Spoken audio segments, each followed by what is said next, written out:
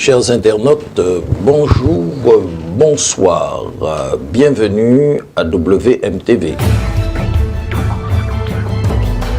Le chlordécone, bilan et responsabilité.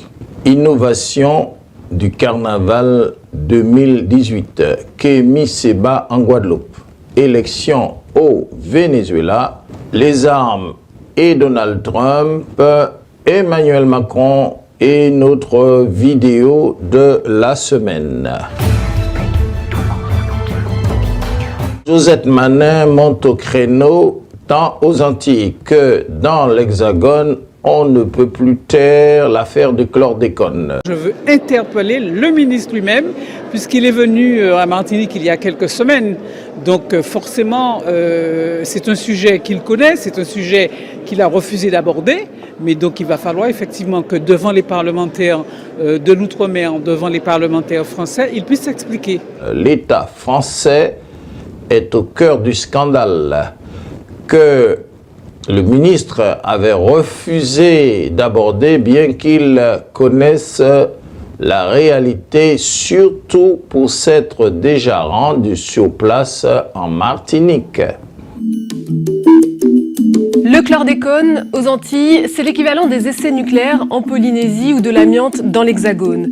Cet insecticide utilisé pendant plus de 20 ans, de 1972 à 1993, dans les bananeraies de Guadeloupe et de Martinique, a empoisonné les sols, les rivières et la mer pour des centaines d'années. Ils nous font attendre 100 ans, voire même plus que 100 ans, pour que nos sols soient guéris. On aurait pu arrêter ça depuis longtemps. Et que maintenant, on pense à désempoisonner la terre, ça sera encore plus long, alors on aura le temps de crever tout ça.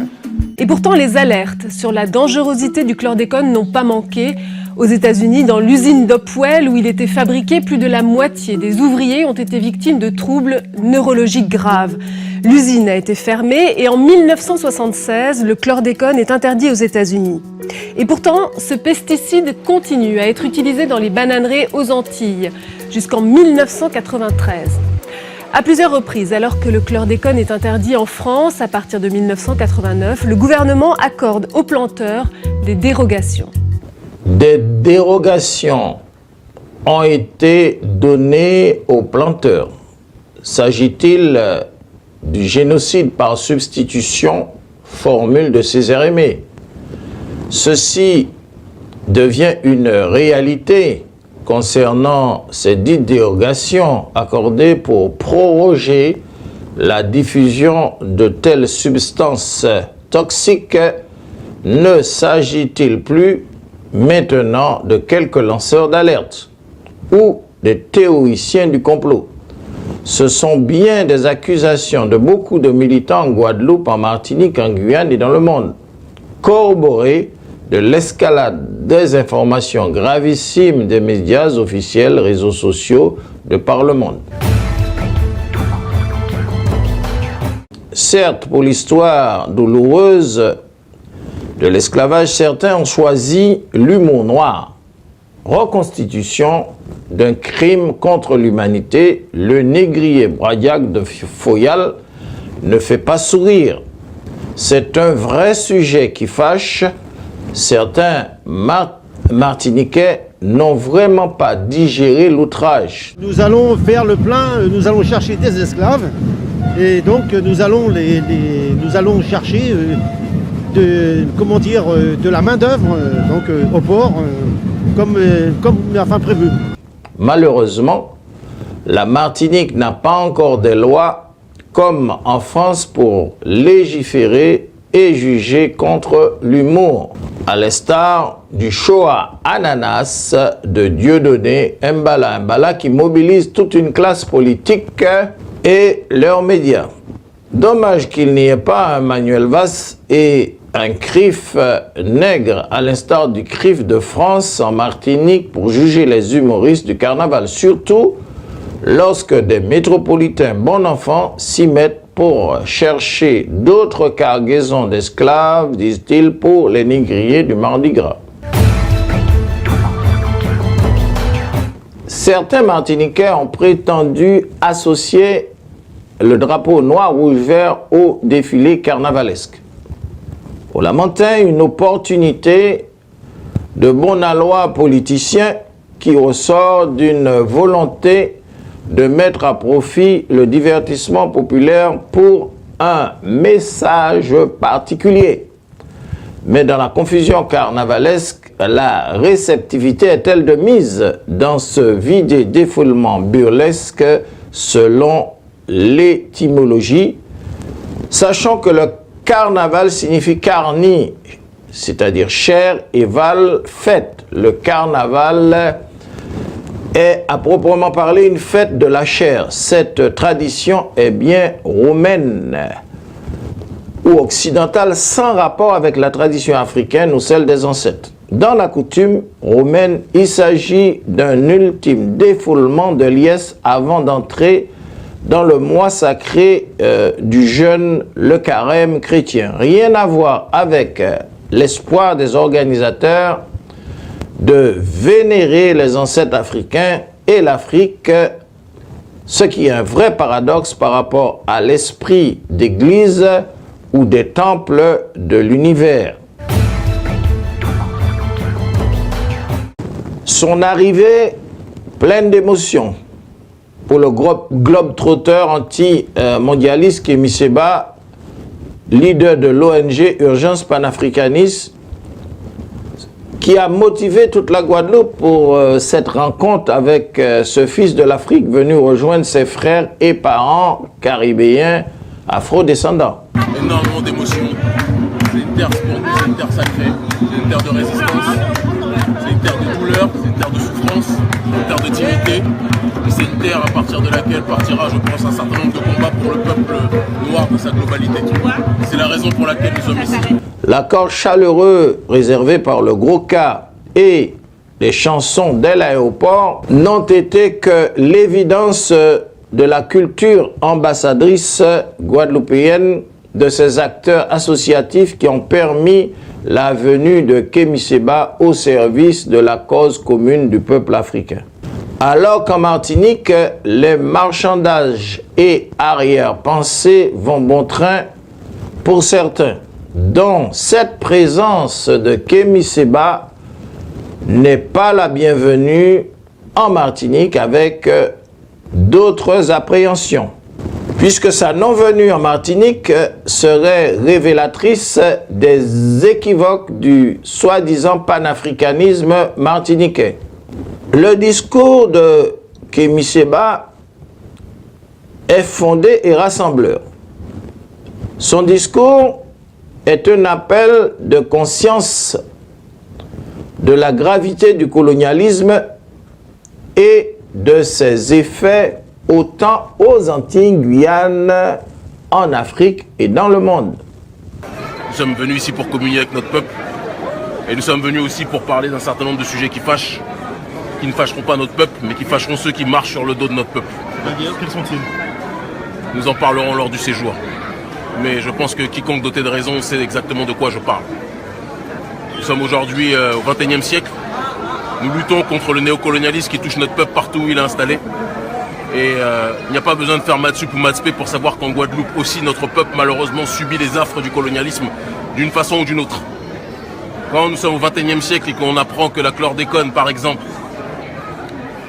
est usitée alors qu'elle est interdite en métropole et dans bon nombre d'autres endroits, il est de notre ressort et de notre devoir de parler de cela parce que tout est lié.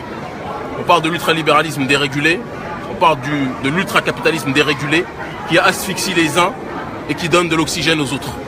Et nous voulons un monde d'égalité, un monde de justice sociale, un monde dans lequel les Noirs et les autres peuples du monde, blancs, jaunes, violets, quelle que soit leur couleur, pourront marcher en égalité.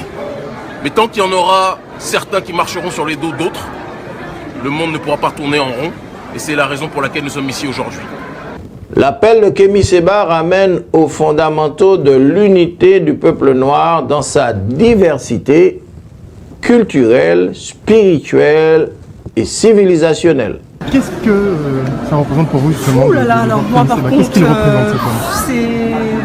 Oh là là, j'en ai tellement des frissons dans tout le corps qui passe parce que c'est un phénomène de société et de la cause noire et se bat pour des sujets des vrais sujets et qui fâchent forcément. Et Et moi, pour mes enfants, ils savent qui il est, ils savent ce qu'il représente et ils savent que on a du soutien derrière pour la cause noire, pour voilà, tout ce qu'on arrête de nous piller et qu'on arrête voilà, de profiter de nous.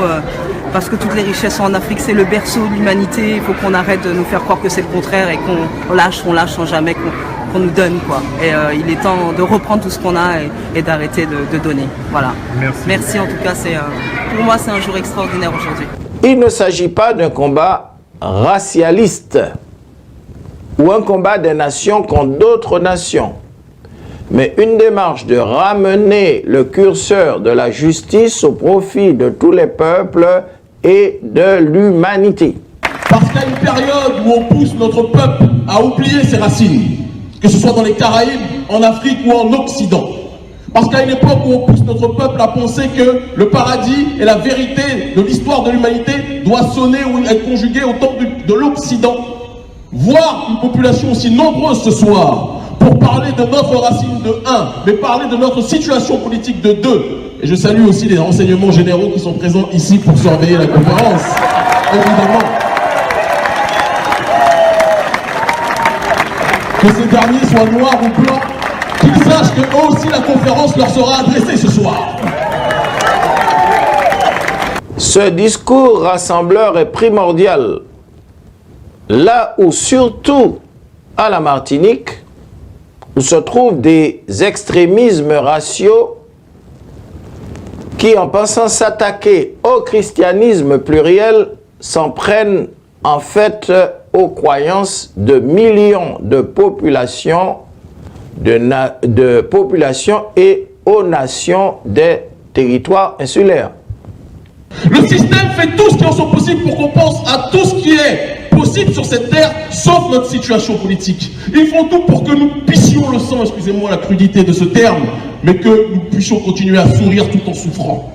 C'est leur souhait, c'est leur projet politique. Et voir une population aussi nombreuse en 2018, alors que pendant longtemps on a fait croire dans le monde que la population des Caraïbes était heureuse de son sort, que notre peuple dans les Caraïbes était contente de vivre dans ce prétendu paradis qu'est la France, qui n'a pourtant imposé que souffrance à notre population depuis si longtemps. Voir une population telle que celle-ci, je le dis et je le répète, que ce soit les services de police, que ce soit les autorités françaises, que ce soit les adversaires de l'autodétermination de notre peuple, ceux qui sont inquiets sont ceux qui nous ont opprimés pendant très longtemps. Mais l'espérance doit être plus que jamais présente pour notre population. Et donc une dernière fois, applaudissez-vous s'il vous plaît.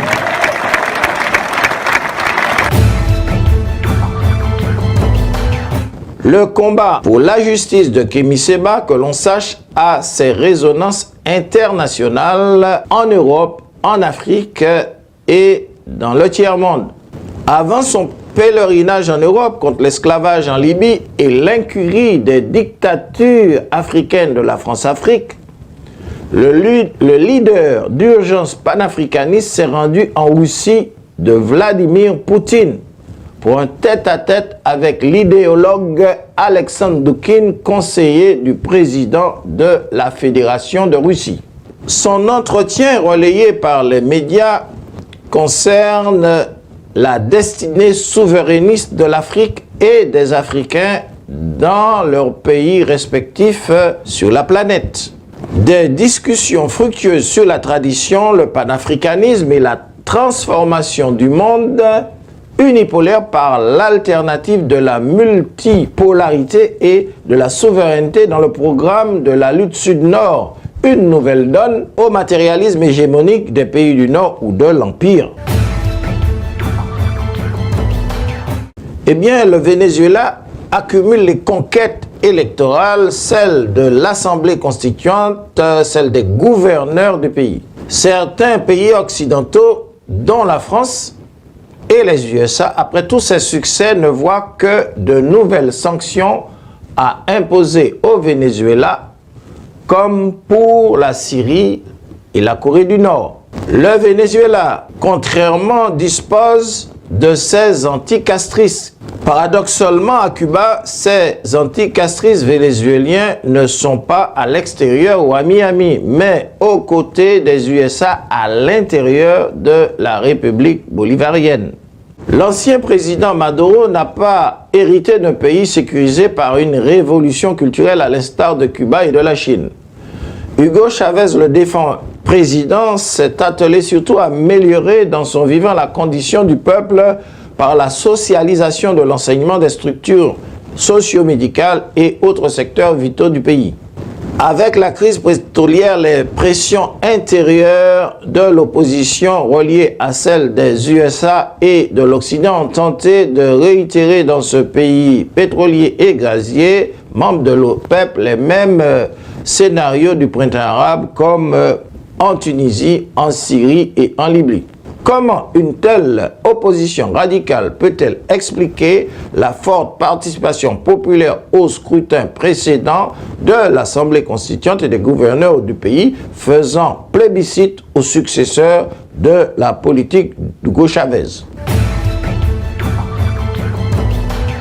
Suivant la Constitution américaine, les civils ou citoyens américains ont la faculté de s'armer. Les lobbies de l'armement y sont très puissants. Et les tueries se succèdent, par exemple, à Las Vegas, 58 morts en octobre 2017, 12 fusils trouvés dans la chambre d'hôtel à disposition du tueur dénommé Stephen Paddock. Las Vegas, 1er octobre 2017. Les États-Unis vivent la plus grande tuerie de masse de leur histoire. 58 personnes sont abattues et plus de 500 blessés.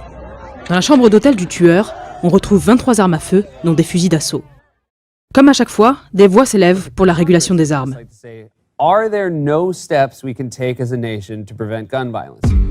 Mais comme à chaque fois, ces appels restent lettres mortes. Pourquoi ? Eh bien principalement à cause de la NRA, la National Rifle Association, qui depuis plus de 15 ans est parvenue à bloquer systématiquement toutes les propositions de loi sur la régulation des armes. Pourtant, la NRA n'a pas toujours eu cette obsession. Jusque dans les années 60, la NRA c'était une association de chasseurs et d'amateurs de tir sportif qui, politiquement, restait plutôt modérée. Dans les années 30, par exemple, la NRA a apporté son soutien à plusieurs lois qui favorisaient un contrôle plus strict des armes à feu, comme par exemple le Federal Firearms Act de 1938. Quelles sont les mesures de l'administration américaine? Eh bien, pour Trump, il s'agit d'armer les enseignants. Et pourquoi pas, bientôt les élèves. S'exprimant pour la première fois depuis la fusillade de Parkland qui a fait 17 morts dans un lycée de Floride, le chef du puissant lobby américain des armes, la National Rifle Association, NRA, a dénoncé jeudi 22 février la politisation honteuse de la tragédie par les partisans du contrôle des armes à feu.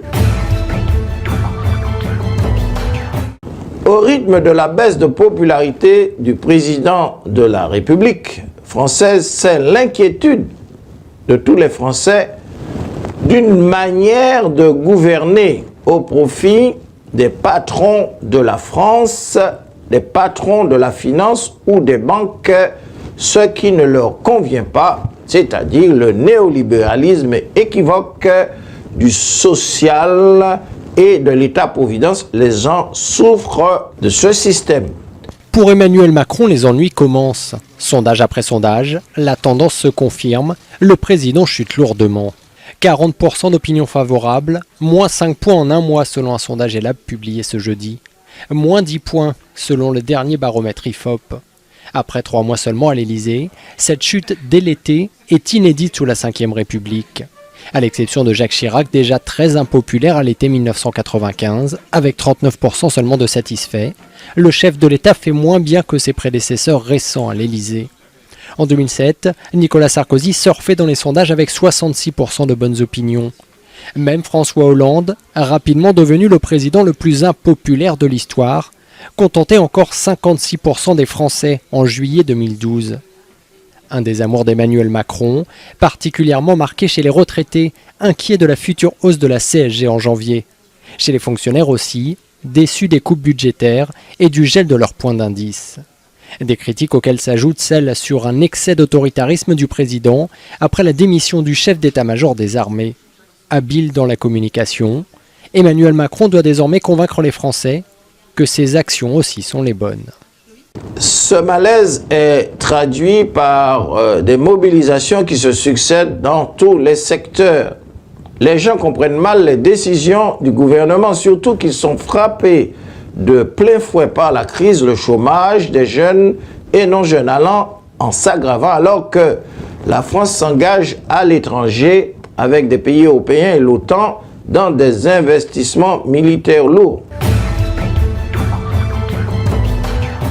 Sur insistance d'Alger, Tunis a refusé une proposition de l'OTAN de sécuriser la frontière algéro-tunisienne. Selon le journal El Bilad, qui a rapporté l'information, Abdel Karim Zebeidi, homme politique tunisien, a affirmé lors d'une séance de questions orales au Parlement tunisien que l'OTAN a proposé à son pays l'organisation d'opérations de contrôle sur sa frontière avec l'Algérie, sous la couverture d'une aide logistique et technique pour aider la Tunisie dans sa lutte contre le terrorisme, chose qu'ils ont refusée. Mais jusque-là, tous les territoires contrôlés par les Américains sous prétexte de guerre contre le terrorisme a servi à des manœuvres séparatistes et à protéger d'autres terroristes dits modérés comme Jabhat al-Nusra. Alors, doit-on conclure que les Américains sont en train de préparer l'instabilité en Alger et en Tunisie suite à une possible succession du président algérien? Écoutons l'analyse de Luc Michel, géopoliticien, à ce sujet. Même si c'est un peu une politique de non-dit. On n'est pas dans de l'officiel, on n'est pas dans des accords officiels, mais c'est la conclusion. L'article que vous avez publié, la dépêche sur Alger qui avait empêché le déploiement, c'est tout à fait réel. Nos amis européens, occidentaux, quand ils ont attaqué la Libye, non plus ne nous ont pas demandé, aujourd'hui les gens meurent, quand ils ont divisé le Soudan en deux. Regardons aujourd'hui les foyers de tension en Afrique. En Somalie, le meilleur qu'on a fait, une intervention et on s'est retiré rapidement. Le désordre s'est installé. La division du Soudan a amené aujourd'hui à une guerre civile et des millions de morts, plus que les morts pendant les 50 années de guerre entre les Soudanais, entre eux, en 2 ans. La destruction de la Libye. Mon frère disait que c'était le travail inachevé. Non, le travail a été achevé. L'objectif recherché étant l'assassinat de Gaddafi, mais pas autre chose. Pas autre chose. Donc, disons-nous que le travail a été achevé. Mais ce qu'il n'a pas eu, c'est le service après-vente.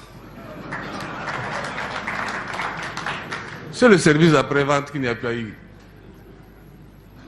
Donc on aurait dû accompagner les Libyens pour la naissance, comme disait en son temps, la nouvelle Libye démocratique, la nouvelle Libye en paix, en stabilité.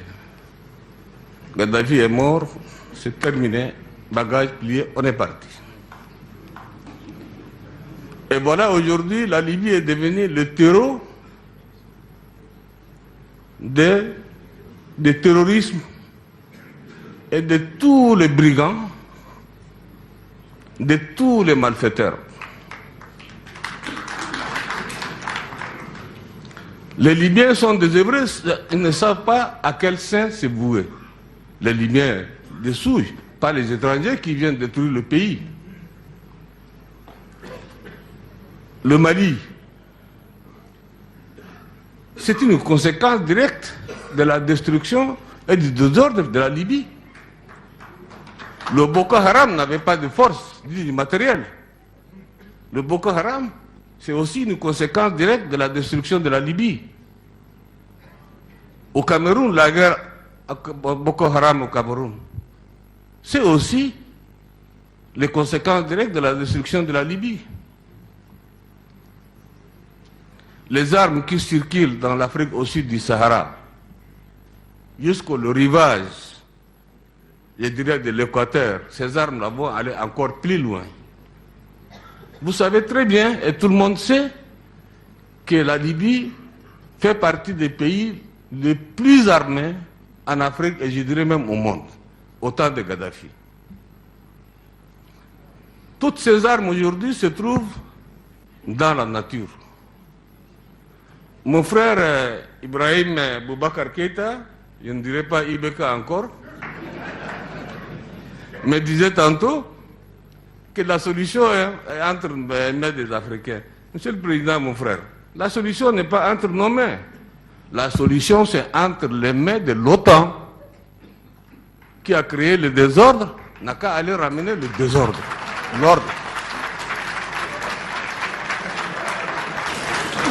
C'est simple. Oui, mais il ne faut pas rigoler. Il ne faut pas rigoler. C'est notre vie. C'est l'Afrique qui est en danger.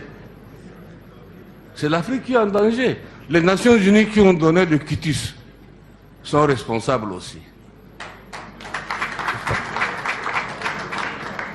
Donc, aucune armée africaine ne peut aller détruire en Libye le terrorisme. Je ne dis pas le peuple libyen. Les populations libyennes, quelles que soient leurs origines, quelle que soit leur idéologie, peuvent dialoguer et trouver une solution.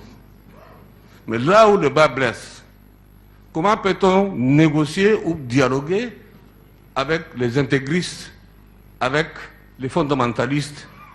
C'est impossible, il n'y a pas de dialogue. Et ce sont ceux-là aujourd'hui, ceux-là qui font le jeu en Libye. Donc il n'y a que l'OTAN qui a les moyens nécessaires, comme ils l'ont fait pour faire partir Kadhafi, pour assassiner Kadhafi, aller assassiner aussi les terroristes là-bas. La base, c'est là-bas. On tue un serpent par la tête, mais pas par la queue. N'est-ce pas? Donc, si on veut résoudre le problème du Sahel, si on veut résoudre les problèmes en Afrique, ailleurs, au sud du Sahara, il faut s'occuper de la Libye. Il faut tuer, n'est-ce pas, comment on appelle, le terroriste qui sont là-bas. Nous pourrons les accompagner, nous on va aller avec. Il n'y a pas de solution. Ça c'est un problème, je crois auquel vous ne pouvez pas chercher de midi à 14h de solution. La solution, ce sont nos amis, n'est-ce pas, occidentaux.